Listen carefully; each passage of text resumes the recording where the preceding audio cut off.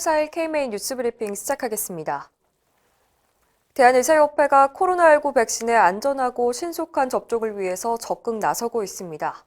의협은 현재 회장 집무실에 상황실을 설치하고 국내외 접종 현황을 모니터링하면서 백신 이상 반응과 의료 현장의 의견을 취합하고 있습니다. 문제가 발생할 경우 적극적인 지원에 나서고 전문가들의 의견을 정부에 건의할 방침입니다. 최대집 회장은 코로나19 극복을 위한 가장 최선의 방법이 백신 접종이라는 사실에 이견이 있을 수 없다며 안전하고 신속한 접종을 위해서 의료 현장의 의견이 적극 반영돼야 할 거라고 말했습니다. 또 사망사고의 경우 백신 접종과의 연관성을 정확하게 조사해 국민의 불안과 혼란을 덜어야 한다고 강조했습니다. 접종을 위해 고군분투 중인 의료진을 위한 포괄적인 보상 방안도 고민해달라고 정부에 당부했습니다. 코로나19 백신은 어제 0시 기준으로 약 8만 7천 명이 접종을 마쳤습니다.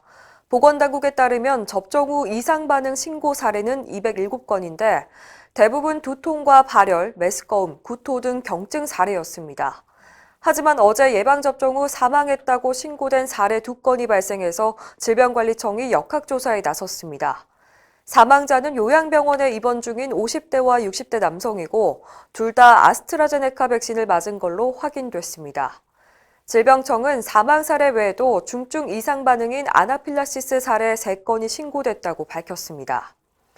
이와 관련해 최대집 의협 회장은 자신의 SNS를 통해서 아직 백신 접종과 사망 간의 인과성은 밝혀지지 않았지만 시간적 선후 관계와 근접성이 있을 경우 백신 연관 사망이라고 할 수 있다면서 국민 불안을 해소하기 위해서 국가 지도자가 백신을 접종하는 것도 좋은 방법이라고 생각한다고 밝혔습니다.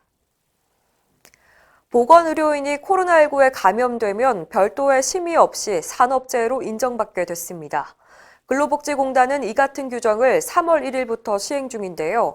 코로나19와 같은 감염성 질환이 보건의료 종사자나 집단 수용시설 종사자에게 발생하면 업무상 질병판정위원회 심의 없이 산재로 인정됩니다.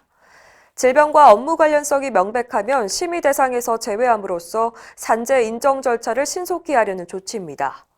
앞서 근로복지공단은 코로나 환자의 진료 이후 감염된 의사와 간호사에 대해서 업무상 감염으로 추정해 산재를 인정했습니다. 여당이 의료인 면허 취소법을 이달 중 국회에서 처리하겠다는 의지를 드러냈습니다. 더불어민주당 홍익표 정책위의장은 2일 원내대책회의에서 금고 이상의 형을 선고받은 의료인에 대해서 면허 취소를 하는 의료법 개정안이 3월 국회에서 반드시 통과돼야 할 거라고 말했습니다. 김원희 원내부대표도 야당의 반대로 지난달에 법사위를 통과하지 못했다면서 개정안은 보건복지위 여야 의원 전원이 합의한 거라고 강조했습니다. 현재 법사위 계류 중인 의료법 개정안에는 의료계가 역시 반대하는 수술실에 CCTV 설치를 의무화하는 내용도 포함되어 있습니다. 국가가 지정하는 치매 안심병원에 한의사를 필수 인력으로 두도록 하는 방안이 추진되자 의료계가 반발하고 있습니다. 현재 치매 안심병원 인력 기준은 신경과와 신경외과, 정신의학과 전문인데요. 최근 보건복지부가 한방신경정신과 전문의까지 포함하는 방안을 예고했습니다. 이에 대해서 신경외과학회는 성명을 내고 치매에 대한 한방치료 근거가 부족한 상황에서 한의사를 전문가로 인정하면 무분별한 치매 한방치료가 행해질 거라고 우려했습니다. 특히 치매 환자는 합병증 위험이 높아서 전문적인 돌봄이 필요한데 단독 치료가 불가능한 한의사에게 환자를 맡길 수 없다고 목소리를 높였습니다.